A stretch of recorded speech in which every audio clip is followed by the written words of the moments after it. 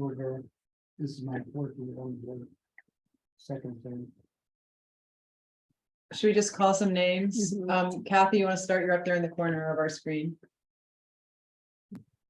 Hi, everybody. I'm Kathy. I'm from Elizabethtown and been on the board for a little over a year, maybe a year and a half. Tammy, you want to go? Sure. My name's Tammy Bushy. I live in Jay. I'm a longtime member of 4-H and a longtime supporter. I am currently the secretary, which I supplement Lori when she's decided that she's going to nod out. And Matt, growing up was like a little brother, and everybody on the farm, we were all one big happy family. So I'm very excited he's part of this group. He's going to do amazing things with us. Yeah, I'm looking forward to that one.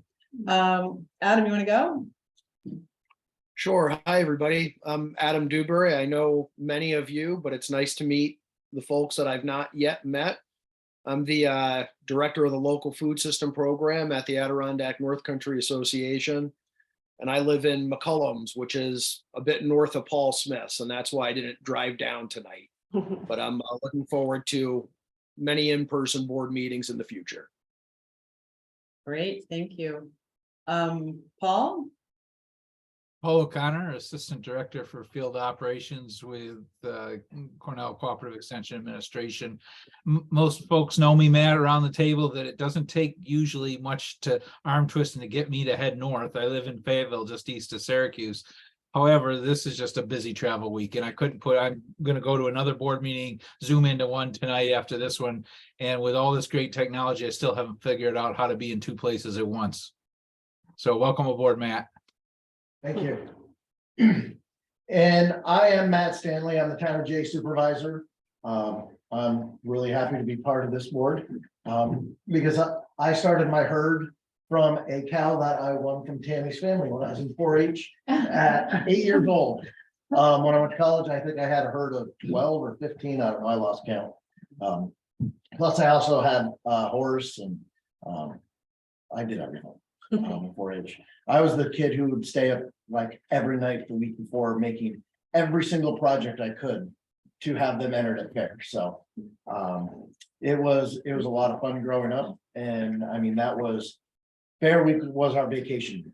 So I mean, I know a lot of you probably are the same way. If you grew up in 4-H, it was like, especially if you had animals, that was your summer. So I'm looking forward. I'm on the fair board for the Board of Supervisors, and just looking forward to getting to know more about CCE and being a big part. So. Well, as I've said, I'm the new person, but for Adam, for you, for Matt, y'all, any board member, y'all are welcome anytime to stop by, come see what we're doing, sit down. Like, we want to communicate with you as much as you want to communicate with us. And so we don't want to flood you with everything that's going on. But if you check on our website, there's a scrolling calendar of what's happening on any given day. And we will let you know when there are special big things that we think you should know about. But there's dog agility starting up, or dog training starting up. There's master gardeners meetings. I don't even know what else is going on right now. There's farm to school projects, ag in the classroom happening. 4-H is going, ice skating and skiing and snowshoeing. There's all kinds of stuff going on all the time. So you're welcome to everything, and to stop by if you have questions or call anytime. Great, thanks everybody. It's a pleasure to be in the room with all you and the screen with those who couldn't make it. Looks like we just swapped a little bit. We did our welcomes and introductions.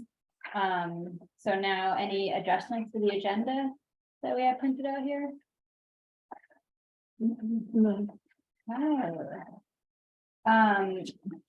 As far as the election of board officers, I'm gonna announce this is one slate of officers, ask for discussion, and then ask for a nomination.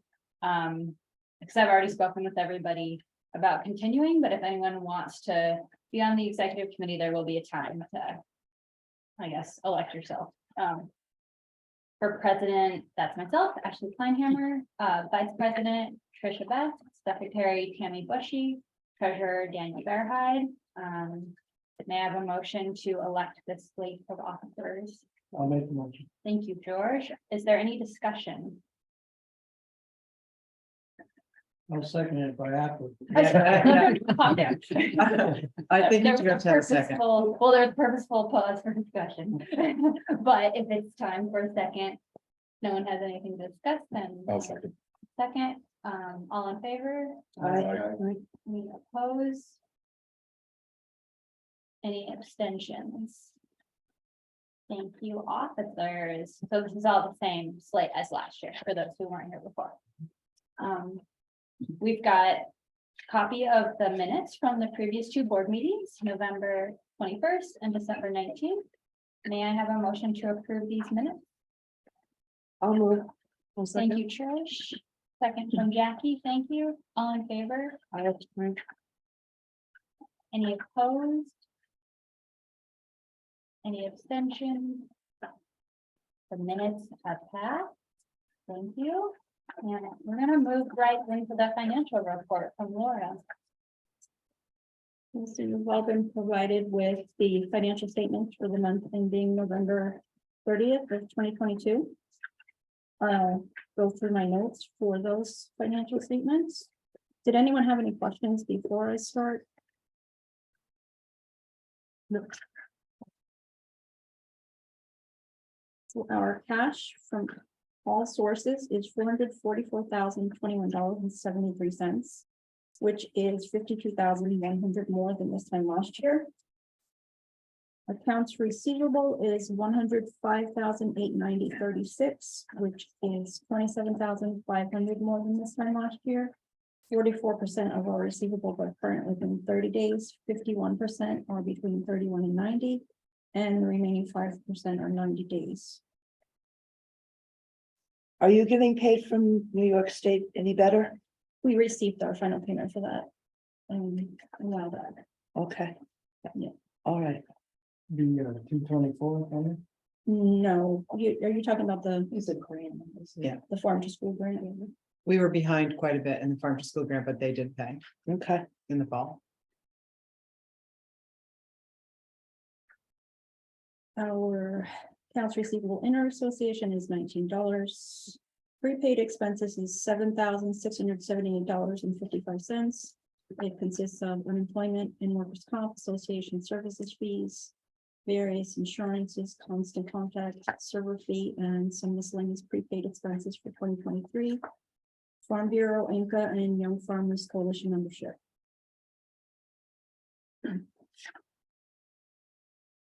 Our deposits and advances is 0, it was 150 more last year, or 150 less last year, no, more.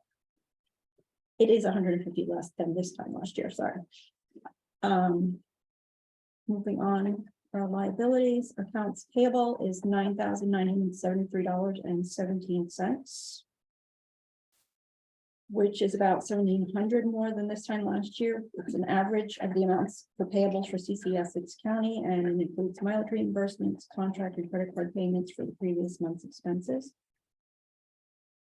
Our accounts payable Cornell bill is $31,127.78.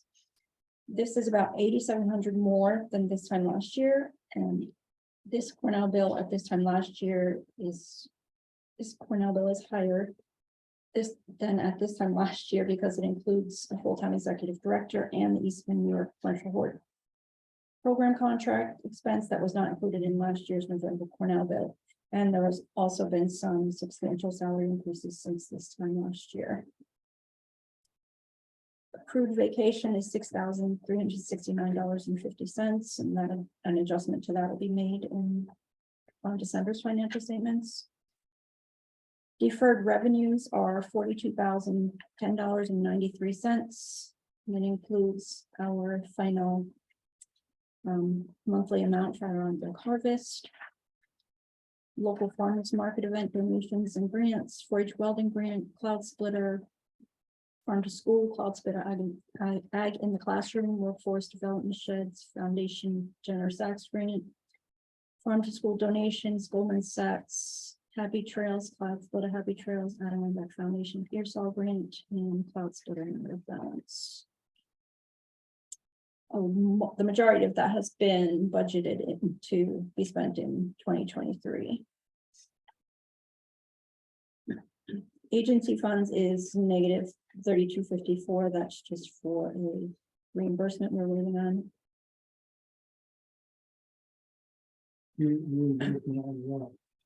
I'm sorry. Reimbursement of what?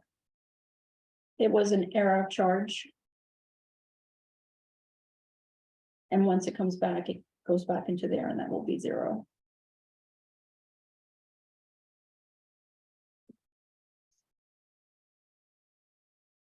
Is there a reason why that farm bureau is highlighted?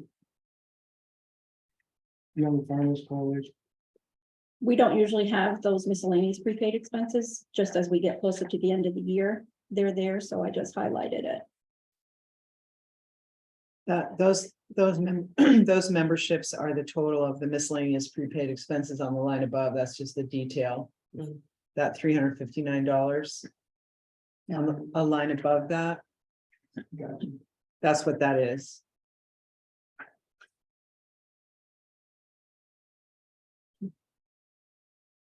So our initial payment will be changed next month. We got the approval for that last month. No changes to the fixed assets since the annual depreciation expense in December. Our new accounting program includes a fixed assets module, so it's in our program right now, but it's not running yet. But once it does, we'll have monthly updates to the fixed assets.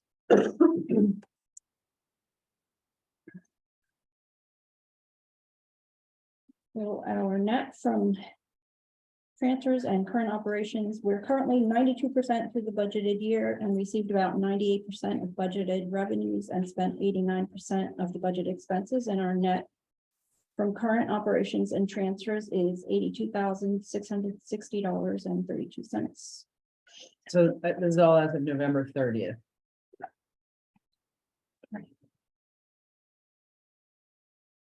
So summary of the accounts and some additional information. The line items that stand out most, the revenues are about 84,100 more than they were this time last year.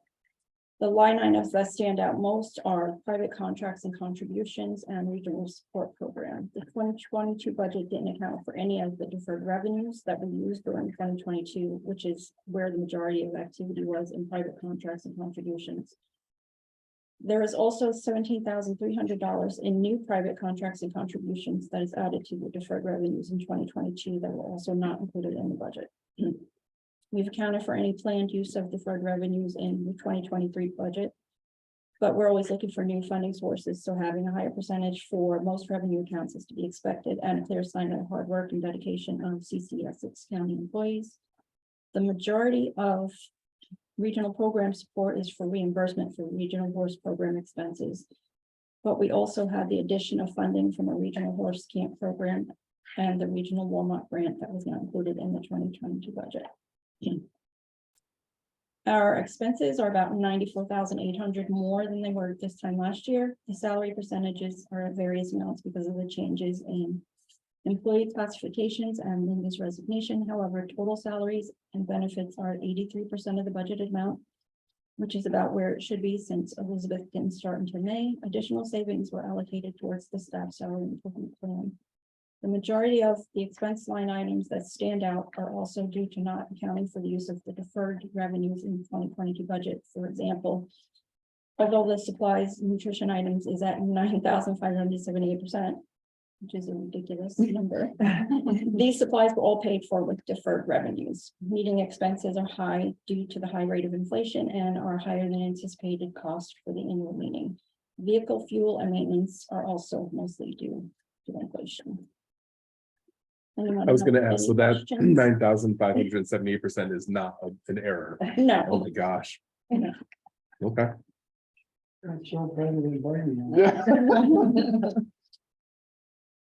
We hope to not see those very large. I know, right? None of the deferred revenues were planned for in the budget because we didn't know what was gonna happen with COVID and how much activity was actually gonna take place this year. But luckily, a lot has happened, Yeah. not so much COVID. Did anyone have any questions on any of the financials?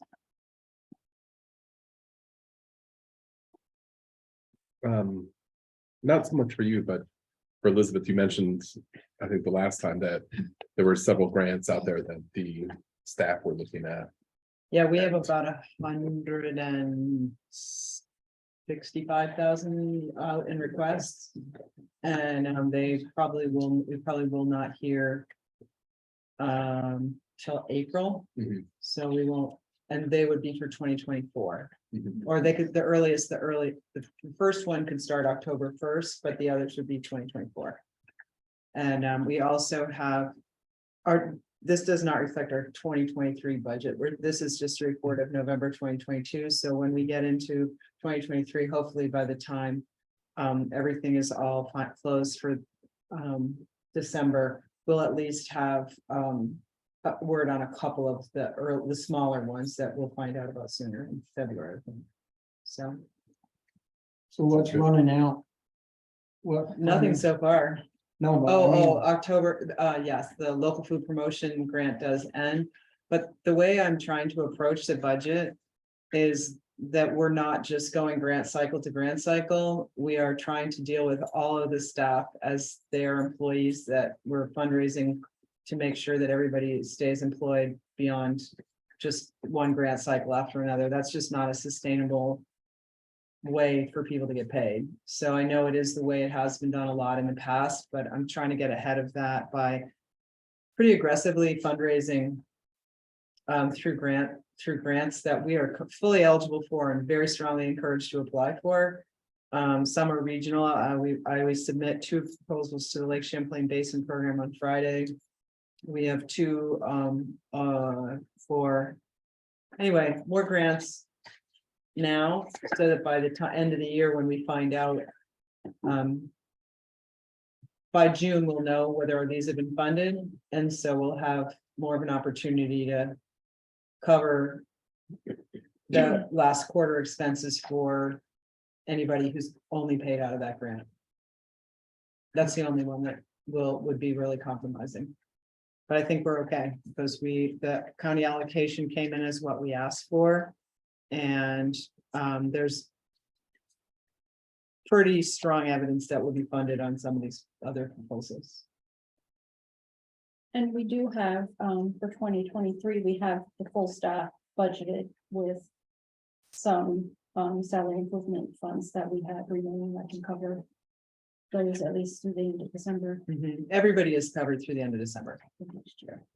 with the budget that you got that was adopted in December. So Megan's the only one that's funded?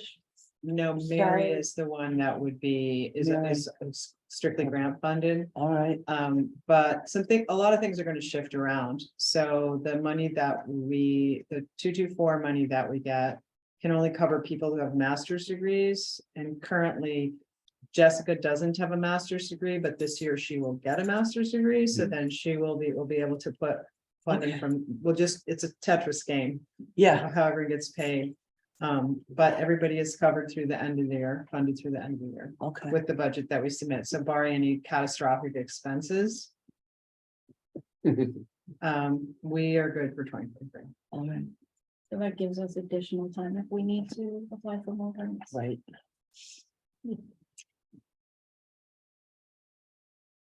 And the more we get, the better our track record and the more likely it is that we'll be successful with new applications. I'd like to move to accept Except the financial report. pending please. audit.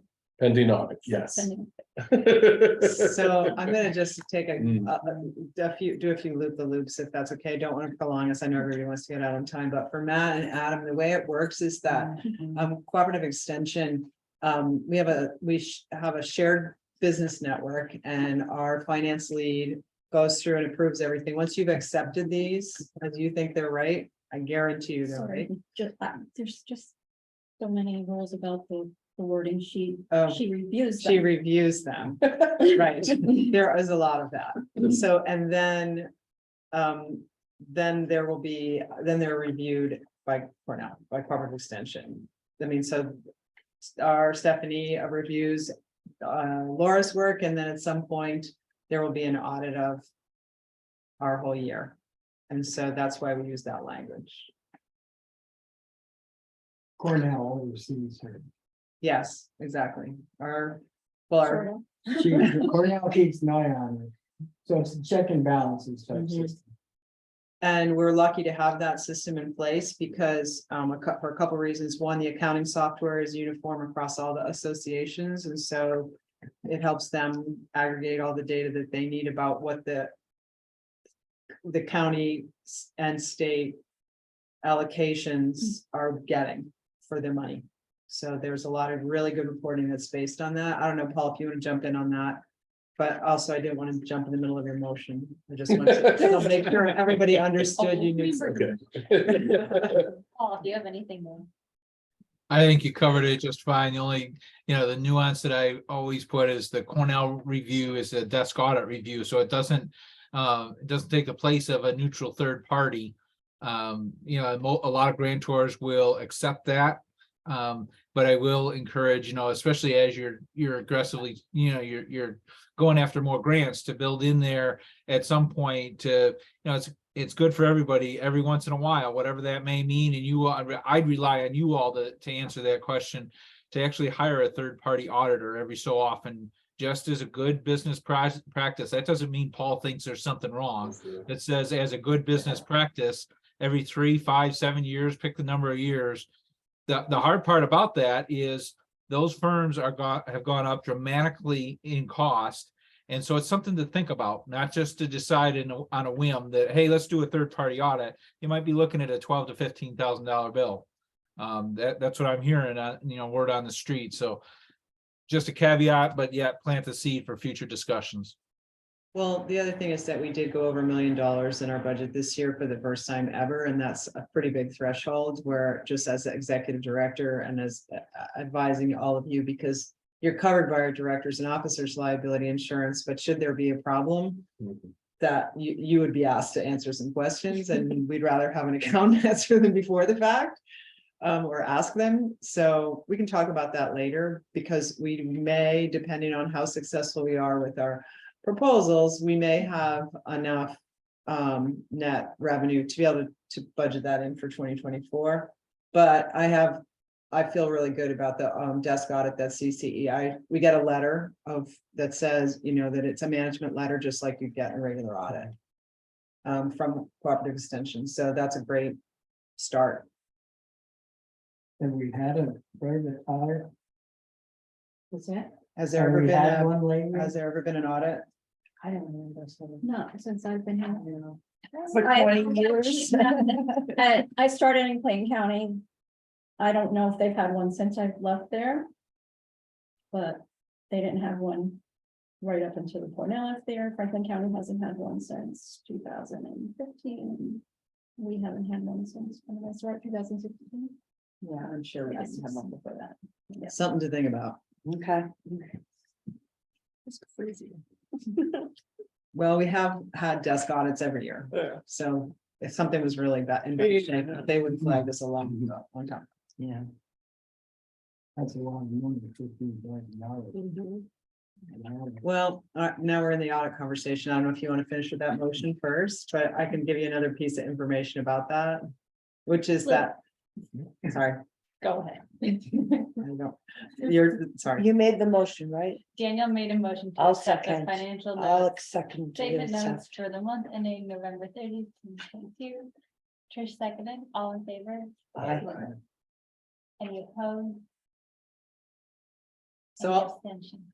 Under our new video roles, because there are 6 in person, all of your votes do count on screen. If we did not have 6 in person, your votes wouldn't count, but keep voting, keep voting.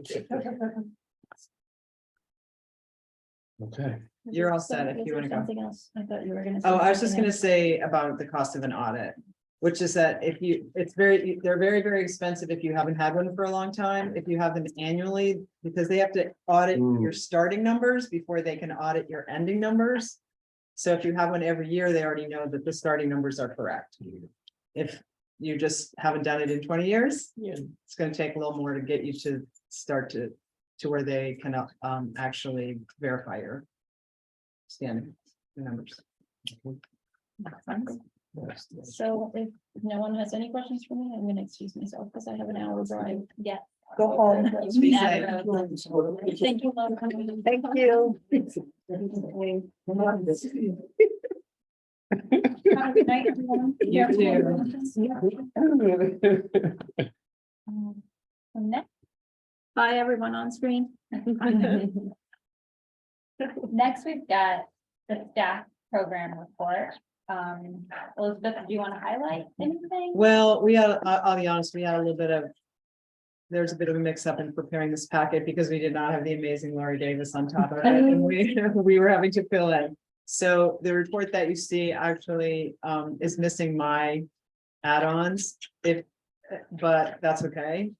It's really just what I just told you about our grants, and so Which is exciting. yeah, which is exciting. And actually, Matt, you have already seen this because this went to you last week for that. And this one doesn't have the pictures, No, no, but that's okay. it'll all get better. Yep, next time we'll get it right. So unless any of you have any questions, basically things are going great. There's a lot going on. And we're collaborating with a lot of other CCE counties, which is great. I was noticing that in a lot of the emails. Yeah. It's exciting. That's really great. Well, really, at this point, I'm not looking to grow our association when we have really good help from neighboring associations. Yeah. And we have a lot on our plates, and we do things in their counties and they do things in our counties, and it's benefits everyone. So, and part two of that reporting is a summary of statewide reporting data. I'm sorry, I do not have that yet. I plan to get it, but instead I met a deadline for a big proposal last week. Okay, February. Well, there will be more, yeah, for sure. It'll be summarized. It's all that we submit all our data in the fall. And so I signed off on it in the fall, but then it gets aggregated through the program reporting site at Cooperative Extension, for the whole state. So we'll have more. I'll try and report it in February. And if I can't, Yeah, it's March. like we just haven't. Well, I could send it, I might be able to send it out in February just by email, and then we don't have to talk about it. You can just read the great news.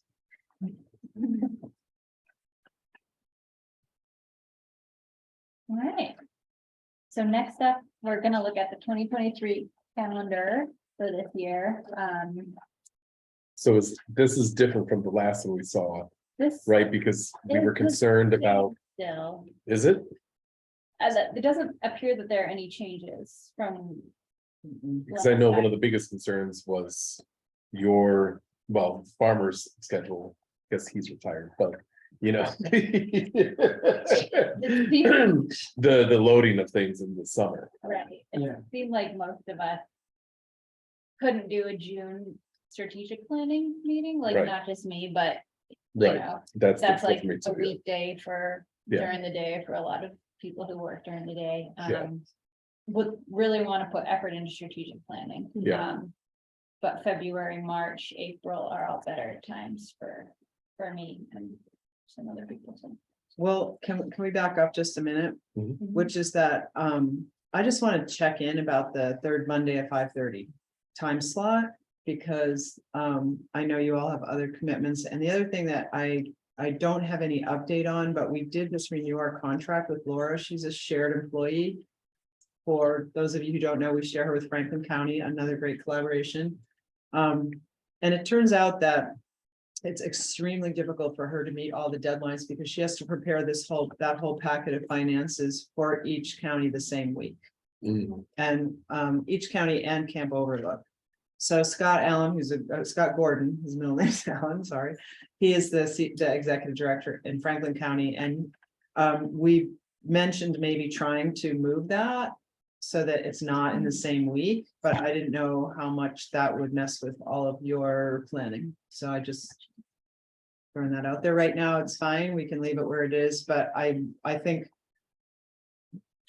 Scott's Laura is Scott is a Franklin County employee, so we need to make sure that his needs are met. And I want to work with him as best we can. I would be happy to entertain a different Monday, a different week during the month. The third Monday's fine. Or she's asking for a different than third. I'm just Oh. asking, is that the time of day or the Okay. day This is not that set in stone. well, we wanted to make sure that if this is what you want to do, we'll stay with it. If you want to change it, I haven't had that conversation with him. So if you want to just go with this for right now, I can have that conversation because really she's his employee first and we are shared. But if they changed theirs, maybe they already want to change theirs. I don't know, but are you open to another day? Yeah, I am. yeah. Why don't we figure out what day and you can talk to him and if he says. All right, what day are you thinking? And we can tell him what day we would change it to. Yeah, that's We what I can was make that hoping that you decision would, here. yeah. He says, no, I want to leave it. I want you to leave. I don't know why he would, because I can see where it'd be hard on her. Yeah. But then you'd have something to go on. Elizabeth, Right. I jump in there and just encourage that if you do look at a different meeting day, regardless of which day of the week, I would go later in the month and not earlier. And the reason for that is there's all kinds of accounting that relies on other people doing stuff earlier in the month, so expense reports, those type of things.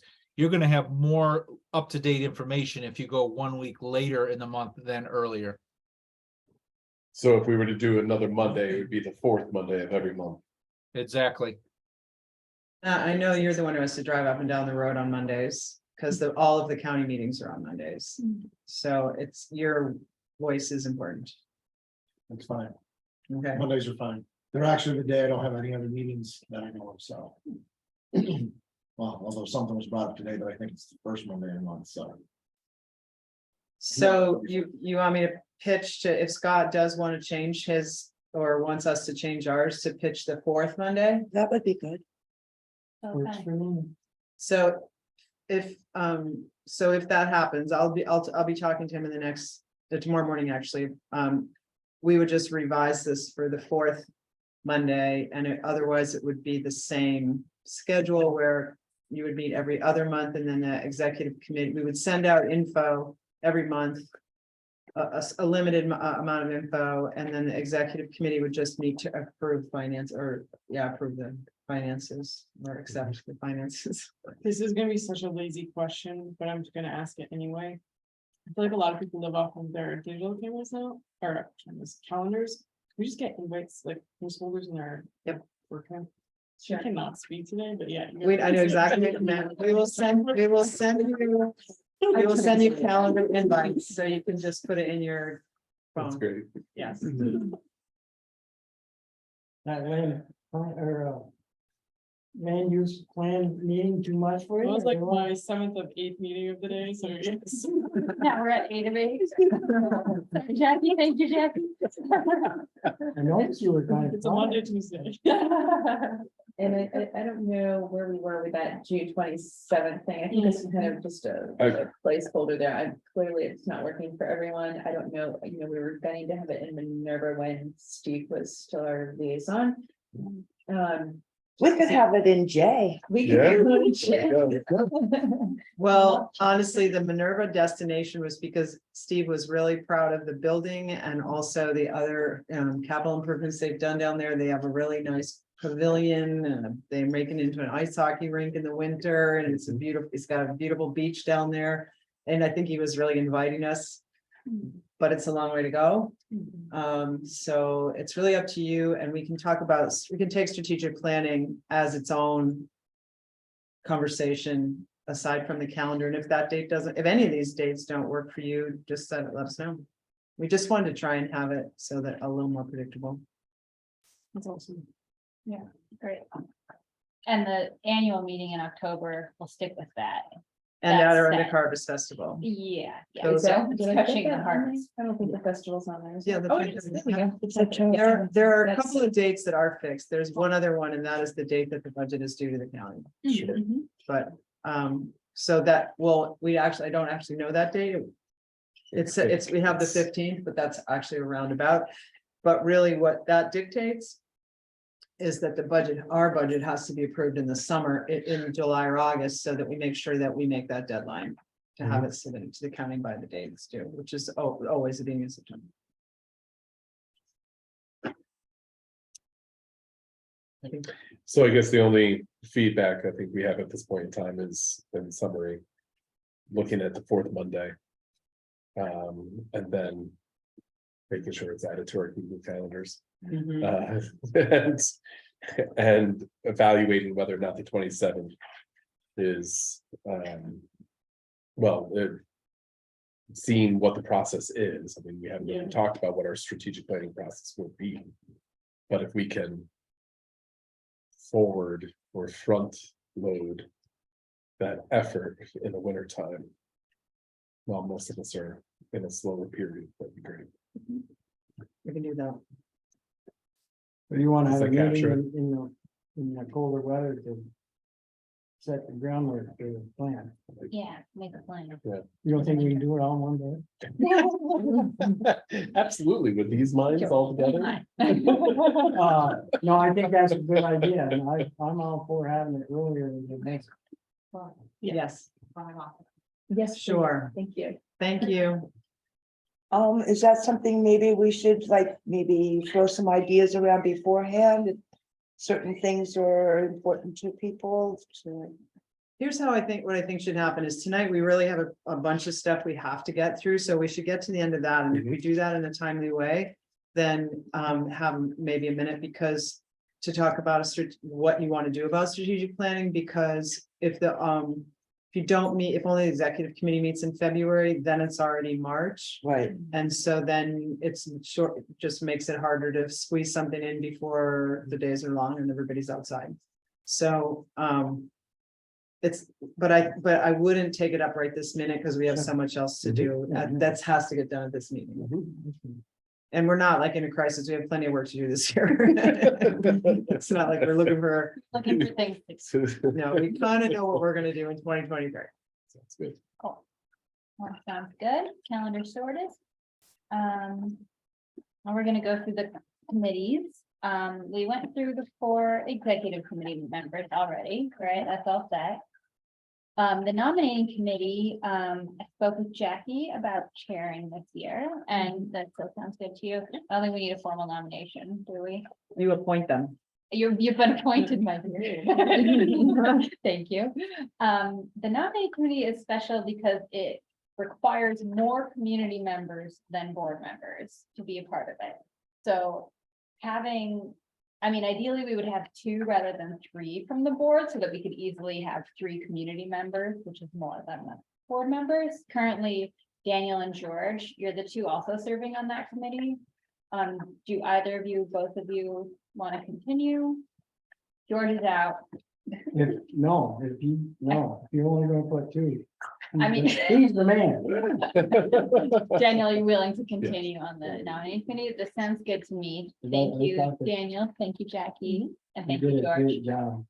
No, I'm calling you up, George. no, I'm telling you, I didn't think you were here the last month, but that list that you guys came up with is fantastic.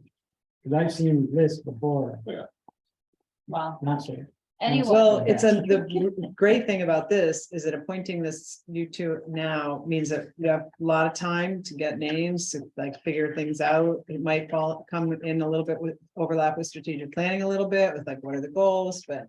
Yeah. I think identifying what you want, who's not at the table, who you want at the table, what we're gonna do, who we need, you have some time. And this is a wide net, like they want names from everybody who thinks that they know people who might want to be part of the board. So whenever you have an idea, shoot them over to Jackie and Daniel. And the No, people who what were was on the list from before all wanted to stay on the list. Great. That's just what I was gonna ask. Mhm. Take the pressure. Yeah. Now, are we full now? No, We got one One? Well, the No. nominating committee is full. But No, I mean. the board, the board has one Yeah, we open got- seat. I can appoint one more board member for this year since it's too late for nominating them from last year. So again, if anybody has any ideas, let me know.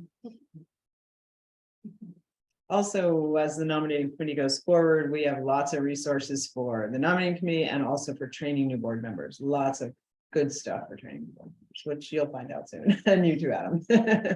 It's very good. Cool. I think a lot of us want to get in on that to Mhm. refresh and learn more, and yeah, that'll be exciting. Great. Community vitality, I did check with Trish and Kathy. It sounds like you both want to stay on that committee. Good, Correct, Kathy also wanted to, yes, correct? all right, good. So we're just gonna have two, if that's all right, change your one to two. Yeah, that's fine.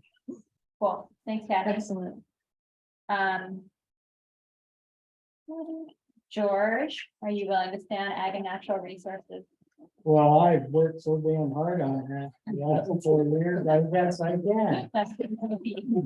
Don't rush in. We wouldn't No want you to question. lose your momentum.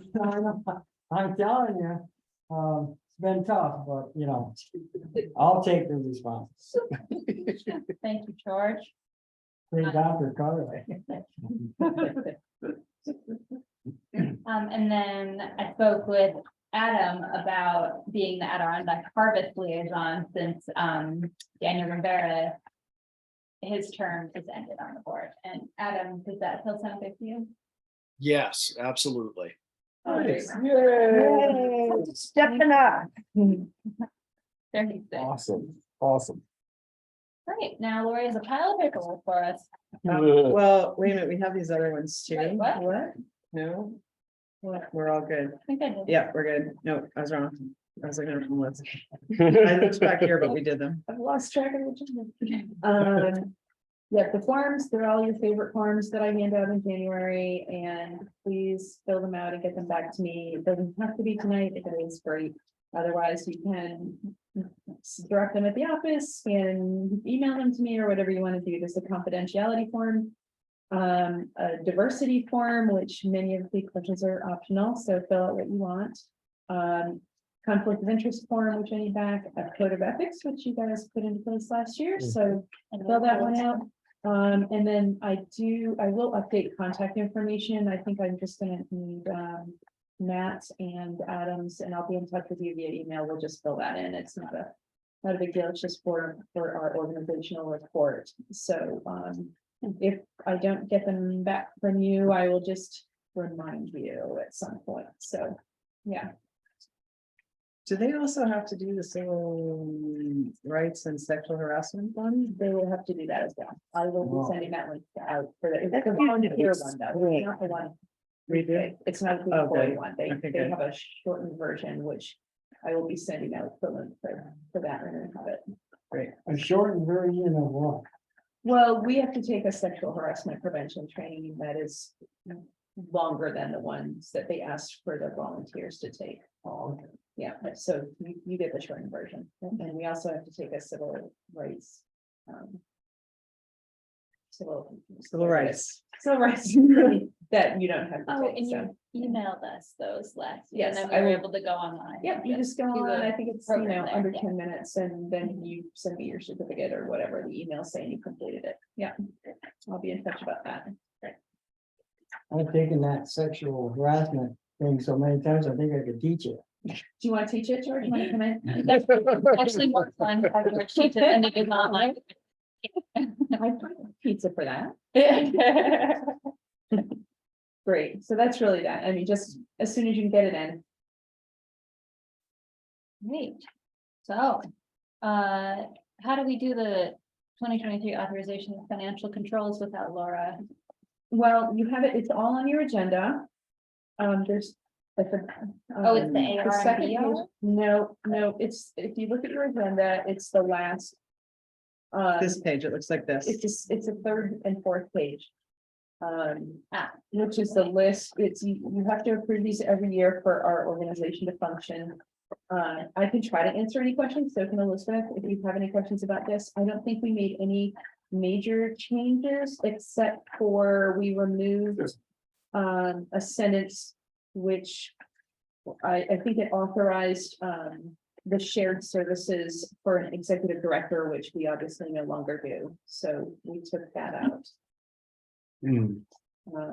But it just does list all the important things that, once you approve this, it's stuff we don't have to bring back to you again all year. I think the highlights are worth pointing out. So the bank accounts are, we're not changing our bank accounts. We use Champlain National Bank, which is a local bank. The office manager refers to Lori whenever throughout. Number 4 is important to note that we have check signing authority up to $5,000. Including you. And also and Ashley or Trisha can authorize any expenses that I need to have approved. So I still have to have something approved if that's the same way that the rest of the staff does. So either of you can sign off on those. And Laura reconciles all our bank accounts to the penny, as you can see. And petty cash is managed by either Lori or Samantha Davis. And Carly, I'm down to number 13 now, is our backup approver for things that payables and receivables in Acumatica, which is our financial software.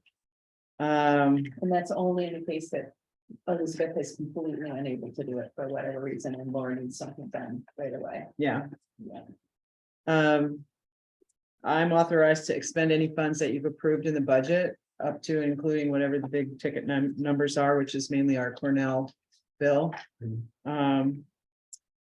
And we have a records retention policy that Lori oversees. The Sun Community News is the paper of record, so when we have to put things in, we have to publish things, that's where it goes. Everybody has to get pre-approval for anything over $200, and we go by the state mileage rate. That was the one that prompted me to ask, or in my head, whether or not do individuals have credit cards? Yes. Yes. Okay, so they're approved to use a credit card up to $200. Okay, Yes. And then their supervisor can approve like when they put those into the submit those for payment, like the credit, her person who's reconciling the credit card, their supervisor will sign off on those, and then anyone who I supervise, I sign off on them. right, okay. In the change, since this was sent out, the change, Oh, the yeah, this mileage rate. rate for 2023 is 0.655 cents per mile. I think we got it wrong on the last one. Laura caught that. Yeah. Anyway, that's the whole list. So those are all just the financial related things that we need to operate. I think it went pretty smoothly in my first 6 months. I mean, the system works pretty smoothly, and I have no concerns whatsoever about the authorizations and the procedures. So it's basically the same as again. Yep. Sounds adoptable. But you actually have to put that one on the So record. we actually need a motion to adopt the 2023 authorizations and financial control. I mean, I'll second. Trish, all in favor? Aye. Aye. Any opposed? Any abstention? Okay, adopted. Yeah, next up is this AR and BR. These are very important, so listen up if you were napping earlier. Paul, do you want to talk about this first? You want me to? You can take a stab and I can add or answer any questions. So there are two really foundational documents that we are obligated as a cooperative extension association to have in place every year. The AR is our agreement with Essex County. And I did just talk to Mike Mascarenas this morning, and he said that we need to that we need to have our contract with the county in place before he can sign us. Yeah, our So- appropriation. Our appropriation contract. So that will be ready within the next week.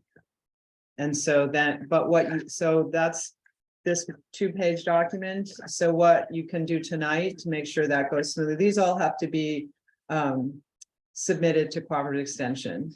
So you can authorize Ashley to sign this on behalf of the board. So someone would have to make a motion for Ashley to sign this. So the only thing that's not in here right now is the amount, the exact amount. And the reason why that is because, so the supervisors approved our allocation that included both. So there's sort of 4 things that we do with the county. We have our general allocation, which includes work that we do for the Department of Social Services. That's the community wellness programs that we do. That's included in our regular allocation. Then we also have another line item for Adirondack Harvest. And then those are the things that need to go into this. And then we also have separately a contract with the Office for the Aging, which Chrissy administrates as a separate contract through her department. So he was uncertain what exactly this number was going to wind up to be. I thought I knew because I think it was the amount we asked for, but he said we should not complete that until we have our contract, which we should have next week. And it's not like anything's gonna be It's not good. less, but I don't know if you remember last year. The DSS contract got left out of the appropriation and we thought we were coming up to $52,000 short. And and at that point, Mike Mascarenas was again, the person only in a different position and said, oh, no, it's all part of the appropriation. I said, no, it's not, it's coming up way short. So there was some miscommunication and then they had to rewrite the whole contract. So this year we're asking that question right up front. Is it all in one? How are we doing this? And that's what they're working on. And so it could be 2 contracts, could be 1, but we can't plug anything in until we get the figures. So in fact, if it's 2 contracts, we would just attach them both to this. I think, is that correct, Paul? We would just attach. That's correct. both of- Yeah. Yep. So so actually you would still be able to sign this agreement. Which is, and then we'll have that, we should know in a week. So can I authorize her to, or can we authorize her to make or sign pending the appropriation is at or above what we expected? I don't. I think the way to handle that is authorize her to sign this, and I will make sure that number is correct. I Okay. won't put it in front of you until the number is what we expect. We don't need to specify. any I don't think we particular- do. okay. No. I mean, I can Sounds like- tell you what those amounts were if you want me to. Yeah. I mean, the ballpark is, I can tell you. It's around 300,000. 302. Yeah. I believe is the amount plus Service. Adirondack Harvest is 22.5. And so the combined social services and all the rest of in our ask, which is broken Was down. already in in what's- there. Okay, Yeah, so I think it's 302, 200.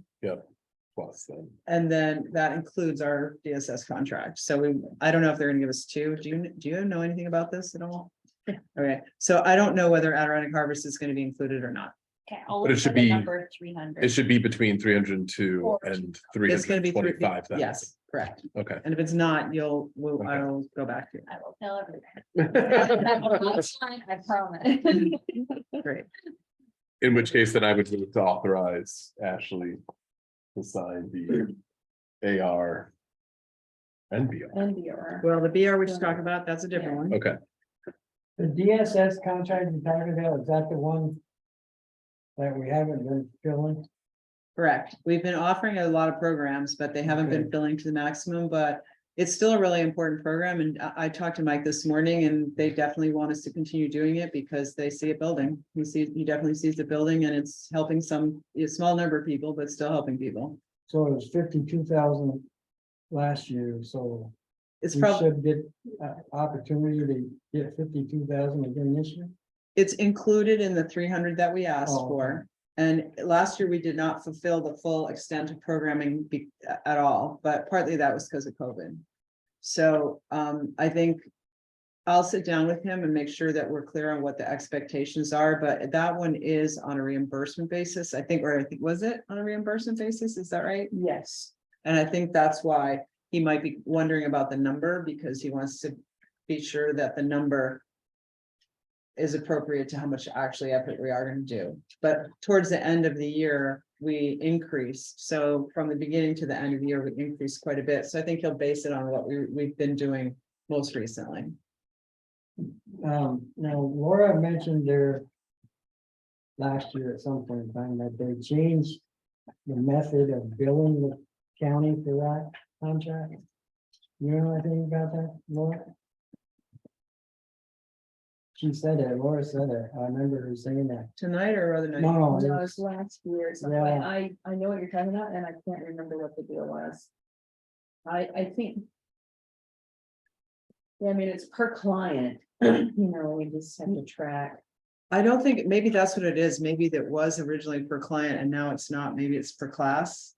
I thought she said, mentioned something about per hour, Oh, could be, maybe per hour per client. I don't know. I can find that out.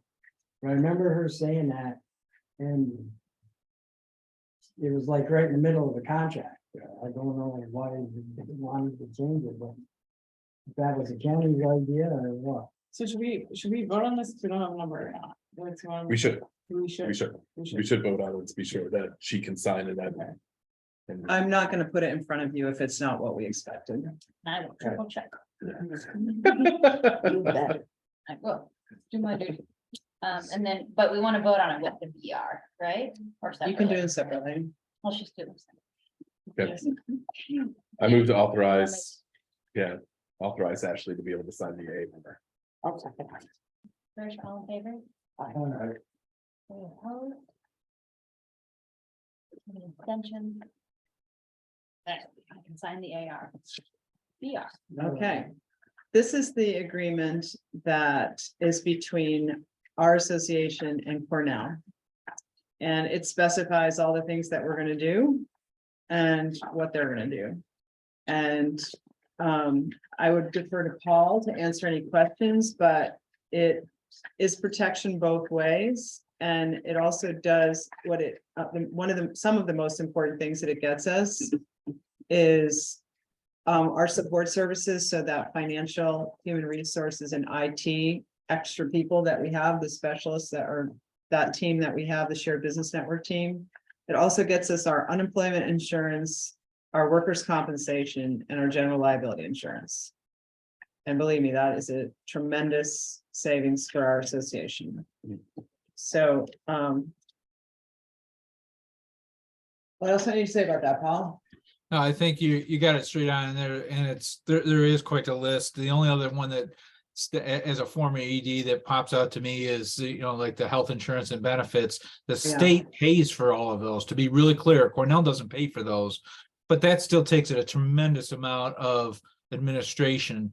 And so that's all part of that agreement that you're looking for. You know, the way to think about this is the AR agreement is the administrative resolution that the state law 2224 allows the county government to invest in the association. That's your administrative agreement.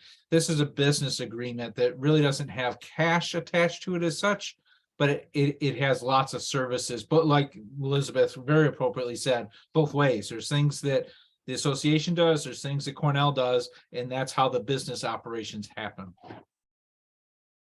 The only other thing I would say is right now we have not released the 2023 BR agreement. It's expected any day on our business systems. But what I was assured of this morning and emailed Elizabeth and some others that I knew had board meetings this week is that there's no changes in the 2023 BR agreement. So I think you've got the sample from this year, and it says sample on it. That's because it hasn't been released here, but it could be for all I know, it could be sitting in our inbox, and Elizabeth, my inbox right now, that it's that close. Like it should be live any second now. Okay. So, you know, there are if no you did changes. do a motion, it'd be a similar thing of, you know, empowering Ashley to sign it once it has been released from Cornell. What does BR stand for? Business resolution. If you want to know my note, the way I work, remember it, that somebody taught me a long time ago is Cornell Big Red, BR agreement. And the other one is with the county, which is the AR. For the county. That's how but you need them both in order to be an association every year. Big Red. Big Red. It's, I think that thing, that Big Red agreement is, I wish more supervisors did know about it. Mhm. Because it's just mind blowing that we receive a tremendous amount for the employees that we have, and we count our employees one by one around here. The benefits that we get from being associated with cooperative extension, we could not replace in our association budget. We couldn't do it. And so it's really. And I often say right back when I hear directors appropriately say that, we also couldn't do it without the partnership with the county governments. Both are needed. They're hugely both. It's a partnership all the way around, and we need all the partners at the table, which we have in Essex County. And the other thing that I think is really important, I feel an obligation to both Cornell and to the supervisors to demonstrate our return on investment. So when I get the money in, I want to show what we get. And that's another service that we get through our relationship with Cooperative Extension, is all that reporting data. And you will see it. When you see it, you'll see we're part of something really big. And it feels good. We're collectively accomplishing a lot, and that's the return on our tax dollars, and I think that's important. Yeah. So I make a motion to have Ashley sign this on our behalf with other information coming forth. Thank you, Jackie. Any seconds? Second. Thank you, Daniel. All in favor? Any opposed? Any abstentions? I will sign the BR and the AR. Right, Thank you.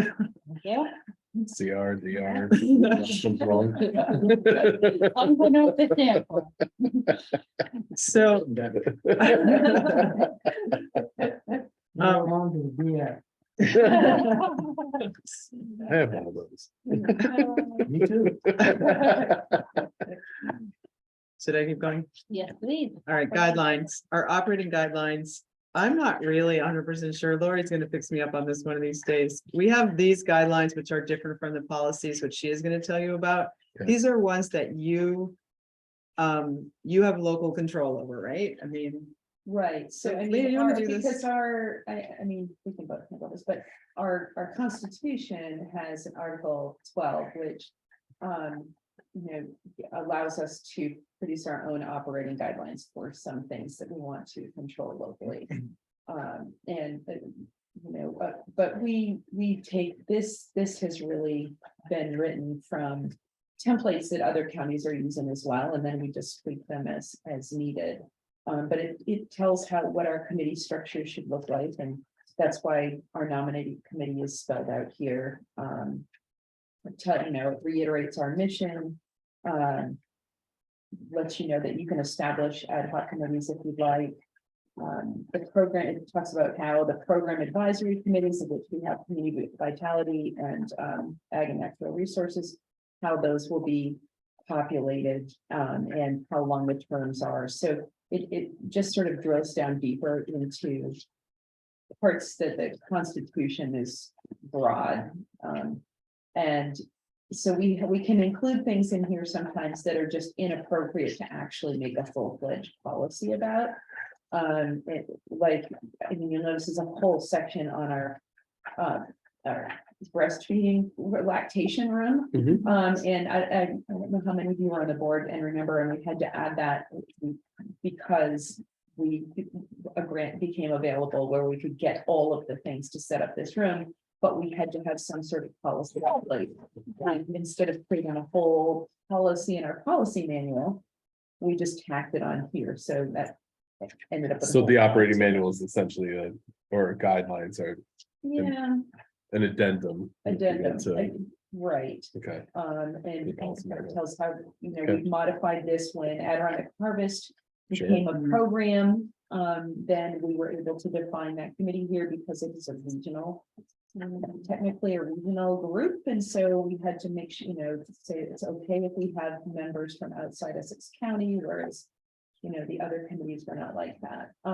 So the only thing that normally we change on this, and I know Elizabeth has some ideas about tweaks on this and maybe compensation. Yeah, there's one that in particular that, sorry, say it now.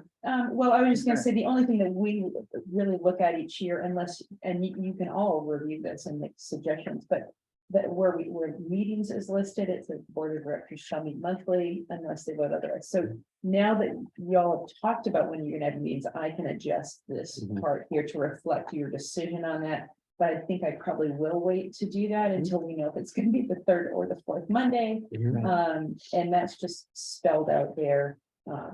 And I can take care of that, but Elizabeth, talk about what you would like to include in there. So one thing that I would like to include is a compensation review policy, because it shouldn't be it shouldn't be haphazard. It should be intentional. So where every staff member knows this is the time of year when there's a compensation review, or this is what triggers a compensation review.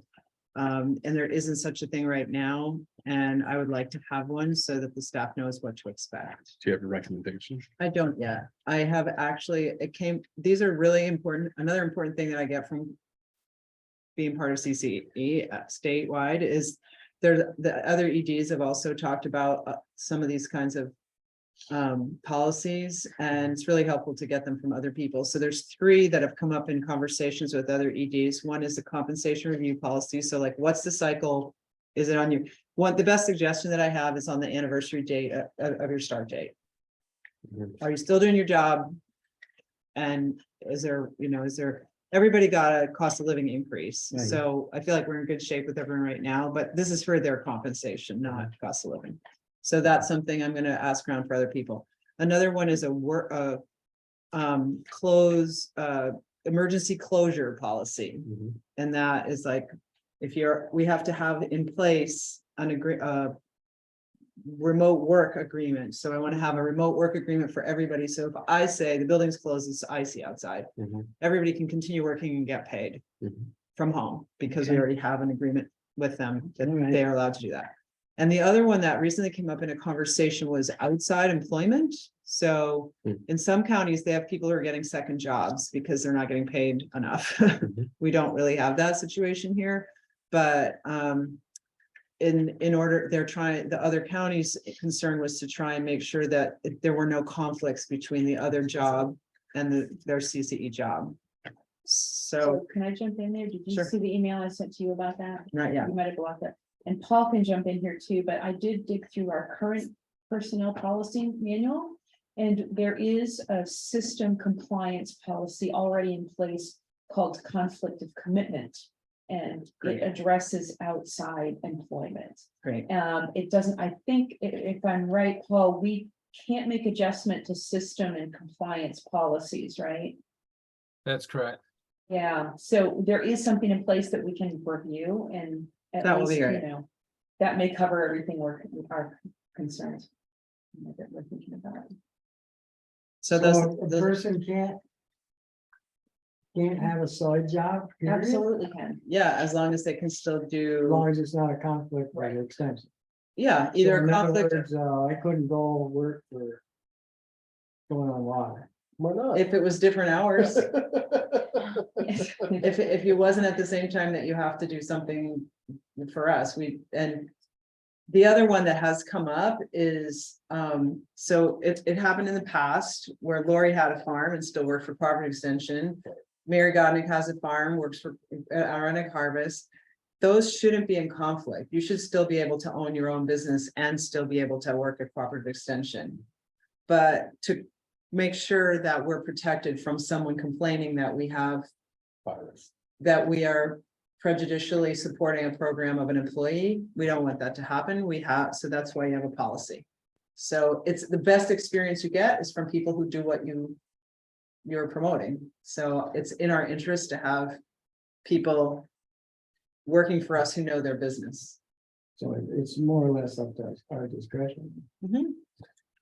So I don't think you probably don't need a motion for us to move, but it sounds No, what like I'll- you're reviewing those policies. Yeah, I'm gonna put something in writing. It protects the employees from criticism and it protects the association from perception. Yeah, of conflict. especially if you close the office and they don't get paid, that's everyone working from home. Yeah. Yeah, that So- definitely should be in place. So those are the kinds of things. I'm not trying to promote a lot of more paperwork. I just to make sure we're covered for things that are in play right now. And very likely to happen. Mhm. And So, that's your call. no, I'll put it in for No, you. no, I mean, as far as closing the office. I follow the county. I thought that was already written. in So if place. the county declares a state of emergency, we are automatically closed. Yeah. But I'm not, and now, I just reached out to Jim or in the last snowstorm because the county plows for us and it was that big monster drop. And I said, we're not going to work tomorrow. You don't need to plow us. And he was very great. Oh, I see. He was very grateful so that they could do other stuff because they didn't need to come by and plow us out every 20 minutes. And I just said, if there's a list, and I guess they're gonna put that in place soon, a text or a listserv or a text alert. So that county employees have that too. And I just asked if we could be on, if I could be on that same county list, so that if the county's closed, we'll close. Because they're only gonna close if it's bad. And we do have some employees that have kids in school, so if the school closes, we have an amazing staff. They're incredibly hardworking. So if they say they need to stay home and take care of their kids, I say, stay home and take care of your kids and do whatever you can do. Because they're gonna do. I mean, especially with COVID, everybody proved that they can work from home Yeah, and multitask and take care of children and still get work done. I have And no doubt that anyone on our staff who says they need to stay home, whether they're sick or their family needs or whatever, that work is gonna come back to us anytime. And we have no retention issues in our association, partly because of that also. So I just want to make sure that they can get paid because I honestly, what happens is I go on an ED call and I hear what some other ED had to wrestle down because someone said, well, they shouldn't get paid if they're not, and I'm like, they're working from home with kids in their lap, of course they should get paid. But I just want to, so those kinds of things Yeah. are the things that catch my attention, and I'll write them down and propose them and you can decide. Paul, do we have to adopt this tonight? That's what I'm wondering, because we have a lot of tweaking for these operating guidelines. Can we do that in March when we have it more solid? Yeah, you could do it in March because it doesn't have to be uploaded into the business systems until the end of March. And even then, if operating guidelines, like was said at the beginning, if you find that as we go through this year and you learn something that you want to tweak in it, the board can change it even in the middle of the year whenever you want and make those changes. And then I would just upload it again. Yep, exactly. It really is a board document. I'm happy to adopt this now and then have you amend it if that's easier, but if it's just easier to do it all at once we've reviewed. I say we get it changes. done now, just partly Sure. because the last one that we have says that it wasn't adopted.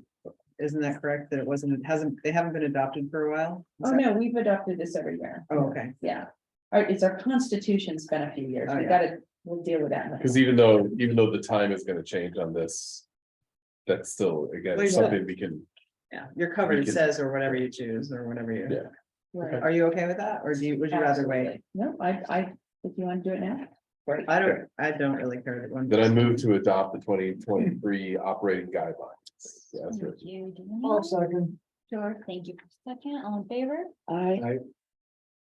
Any opposed? Or abstention? Okay, operating guidelines adopted. Thank you though for those notes. I think those are important. Yeah. Yeah. We'll look Definitely. forward to the amendment. Yeah. Okay, I know that, Paul, yeah, he's gotta go. Paul's gotta go. Sorry, so- folks, gotta jump to another board Bye. meeting. Be safe on your way home tonight.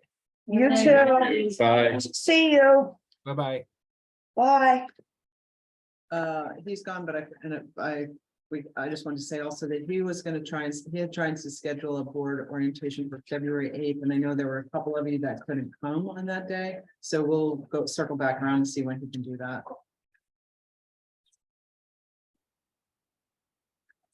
Great, so policy manual. Yeah, I think the last thing is, We just have to adopt the personnel policy manual for 2023. There are no changes. And I did bring it. I brought our printed one in case I was not going to print 12 copies for this room. And it was sent out in the 161 pages. it did get sent out, I believe, in the PDF. It did. If you It was want policy some light light. reading, yeah. Yes.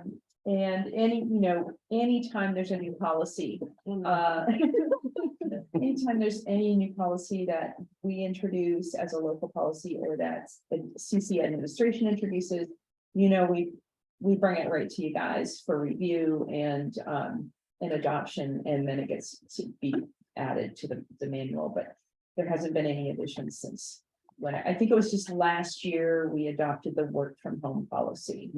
And that was the last one. There've been no other changes, so we will let you know if there's more upcoming, but we would need for you guys to adopt this so that we can use them this year. I move to adopt it. Okay. Motion to approve I'll second 2023 policy manual. Thank you, George. All in favor? Aye. Any opposed? So does eating pizza match the wellness objectives in the Yes, policy? it comes manual? Controls your appetite, lots of good reasons to eat pizza. Okay, good. Although it might be kind of cold now. Do we want to circle back to anything else from the agenda before we adjourn for the evening? It would be nice if, when you do have a moment to update the Okay. To send the out that report one. that got cut off a little bit, yes, and just send it around to us, I'll bring that up. because we love the highlights. Great. That is something actually I'd be interested from you and also from you, Matt. Like what you do want to see, because I don't want to keep sending stuff if you're like, yeah, we know. I mean, as a program reports, that seems like a really good concise bullet Yes. points way to, like, this is what we're doing. Heck The yeah. bullet points are really nice. Great. And same for the supervisors. I don't want to overkill you. I just want you to know, and everybody, it seems like all the other reports from other associations or other things like us are different, like everybody's are different. And I don't know, I just want us to not be annoying and be helpful. Well, the beauty of it is. Even if you don't read everything, when somebody says, what's happening there, you can just be like, Yeah, Yeah, and we try and be thorough, but we don't list absolutely everything. We No, do not not, exhaustive. yeah. So, No, one thing that Elizabeth is doing that we didn't do before is we're trying to show the participation in each program. So, we can show how many people are involved and so on and so forth, so. That's your money that we're spending. hopefully we'll see more growth and stuff now that COVID is hopefully getting behind us and. and I'm not afraid of low numbers, because if we have low numbers, it tells us something. We maybe should change something. If we're not, I'm not afraid to tell the truth about our numbers ever. well, it's as you said with the social services, I mean, it's using, even if you're affecting 1-2 people's lives, that's still very important. So, Well, and quite honestly, if cooperative extension is fulfilling a requirement for the Department of Social Services, like there are requirements for the grants that Mike has brought into DSS that says we are going to have parenting classes, and he has no staff to run parenting classes, and we are running parenting classes, and we are helping the county to fulfill an obligation, and we should do that. Yeah. That's our role. We are community partners. And so I'm fine with that. And I think also that's another really good collaboration with Warren and Washington County. If we can get critical mass by collaborating with other counties, and then there's 11 people in it and 12 is the top, then we're pretty close to the top. And then, we're filling them. We're just not all people Essex. The only thing with low numbers is, we have to understand that we're spending taxpayer money. And, you guys have a business to run there at the county, and you want to see the biggest bang that you can get for your buck, and so. But the main reason I've been pushing for the participation numbers is I want to see in detail the programs that are really working and the ones that we need a lot more work on. Well, and go from there. I think in the case of the social services ones, it is not, it is taxpayers' money, it's federal money. But it is also a contractual obligation that they would have to do if they would have to do it anyway, whether they had 1 or 15 people. So, because it's paid hourly, it's not paid per person, I'm pretty sure it's not paid per person. So we're not wasting anybody's money, they have to do it whether it's 1 person or 15 people. But I take your point, I mean, that's why I talked about return on investment, like if we're getting this money, I want to show what we're doing for it, so. I don't think that's great. Well, I like to see the excitement that Adirondack Harvest Festival brought. I mean, the aerial pictures of that, everybody was like, how busy the fairgrounds were. So those types of programs and things show that there's still excitement in Essex County. Mhm. It's just how do we correlate that to not just that event, but other events like the fair or, because I mean, that is a county property. So Mhm. how do we actually make it worthwhile to keep putting money into it to see what we can do as the county coming back out of it? So Mhm. we I only think- need to make like another 8 to 10 more events like that. Hey,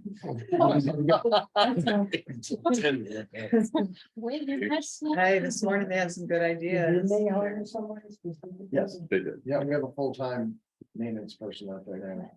And we're getting hopefully finally closer on plans to build a new building out there. Yeah. Matt, that's, excuse me, sorry. I didn't No, go jump ahead. in. That's something that we really, I think that we really appreciate having information. The information has not been really flowing as well as we would have liked. And I've been just trying to err on the side of minding my own business. Because I didn't want to get into conflicts, but to the extent that we can give input and help, we want to the extent that we can be in conversations. I can be the best advocate for their decisions or your decisions, whoever's decisions, if I know what the decisions are. For a while there, I was getting 2 and 3 and 4 calls or emails or stops at the gas pump at Stewart's to ask me what's going on and why we weren't doing anything. That has leveled off. But if it comes back up in the news, the only way I can answer those questions is if I know. And I'm not trying to butt into somebody's business that I don't belong in, but the more transparency, I think the better support there's going to be in the community for that, whatever decisions are made. Agreed. And so any information that you can share, if I need to show up at meetings or if I need to talk to somebody, I think I have a good relationship with Jim Dugan and Mike Mascarenas, and beyond that, I could use whatever guidance that you have, to how to be helpful. We just didn't wanna, as a board, try to make it sound like we're trying to influence your decision. Because we may, possibility that we would be using our building. Well, I think there's been more positive movement, and I'm relatively new to the board too, so. But I guess there's been more positive movement this year in figuring out what to do with the property and the building and the old CCE building. And I think we're on a path that we should see something in the next year or two there and rehabilitate. The talk is to build a new building that is separate from the current building out there and then rehab the current building so that it can be a 3-season building, so that it can be used for the fair and storage for, I think, soil and water and for like the youth bureau, like all their, like Baseball stuff. gear. Yeah, so the stuff that doesn't need, that can be in a cold storage, but yet, so save what's there. And then try to design something that aesthetically fits in. And they're different funding sources to get the two done, so, I think the point is to have them close enough together. So that once everything's said and done, they can actually be maybe joined. So I mean, like the talk is line up the entrances out of one into another, so they correspond and the levels are the elevations of each building are similar, and so. The one thing that where I left off with it, and I don't know what conversations have happened since then, oops. I didn't realize this. Oh. I was asking Adam if he knew what we're even talking about as a new board member. So I'm wondering if at some point we could brief them after we wrap this conversation up. Sure. We can do it in about a sentence right now too, if you want. We're after 7, so if people need to go, we're kind of pushing over people's times, but, so Adam, there's a building at the fairgrounds that used to be occupied by Cooperative Extension and Soil and Water. It was sold to the county 40 years ago for $1 or something. I don't know exactly what. But it hasn't been the property of Cooperative Extension for years. It was built 100 years ago. And it's in disrepair. That's why our office is in Lewis now, and their office is at the county highway department. So it's been kind of falling down and pending and been contentious for a long time. So the county supervisors are now in a place where conversations are moving forward, whether to, at first there was a big freak out of just tear it down and get rid of it. And a lot of people pushed back on that idea. It's also part of a historic district or 2 historic districts. I don't really know. The historic preservation is a major thing that's leading why it shouldn't go anywhere. Yeah, so that building is, and now like what Matt just said is that the current thinking of that is to. A lot of people want Cooperative Extension to be at the fairgrounds again. Because historically has been, it's a very, very visible part of the fairgrounds. And it's good to have a presence Mhm. on the fairgrounds 24/7. Now that we have a staff member out there, a maintenance staff member, that's good. Mhm. But it's nice to have eyes at the entrances, Mhm. like when you guys are working, it's nice to know that Just hey, activity, somebody's there. yeah, So, so, but it's been complicated because of. There are some funding that came in for historic restoration and then some funding that came in for. I don't know, I guess is it tied to a new building? It has to be new construction? well, I think the preservation money has got to be just for the old building. Mhm. And then I think we're planning to use some ARPA money. And I think we're applying for another grant as well to try to pay for the new building. So. And so the stage that it's at, right, the last I left off was the, there's the facilities committee of the supervisors deals with this, so. We gave our input last June as to what our space needs were, and I think Soil and Water also did. Yeah, and Jim the youth Dugan commission. got a list of everybody's needs who would be in that building. They took all those needs and the storage needs and all that stuff. To originally get rid of that building to build it. Mhm. Well, then they went back and actually approached, say, how much room do you need? And then keeping the building, what needs to be storage, what needs to be utilized space, and came back with a smaller building. Because we can utilize the old building for certain things. And we took all those recommendations. Jim took it to the architect. And there are actually original blueprint, like there's a set of blueprints. I wouldn't say blueprints, but like at least Drawings, yeah. drawings of a new building. That would actually sit between the CCE building and the cattle barn and have frontage on Cisco Street. Yeah, So would that so I think they have to leave that there because it's in the historic district, right? So would there be another building or would something else happen? Because we were talking about this because the fair. We are going to go back to the fair. 4-H is going back to the fair this year, just for all of you should know that. That they are still planning for cows over there, so. So the cattle barn will still be there. It's between the cattle barn and the current building, just removing where, from my understanding, removing where like the fruits and vegetables used to be in that old ice cream stand that hasn't operated since I was a kid. Huh. Tearing that off and getting rid of the little building that just sits right next to Cisco Street.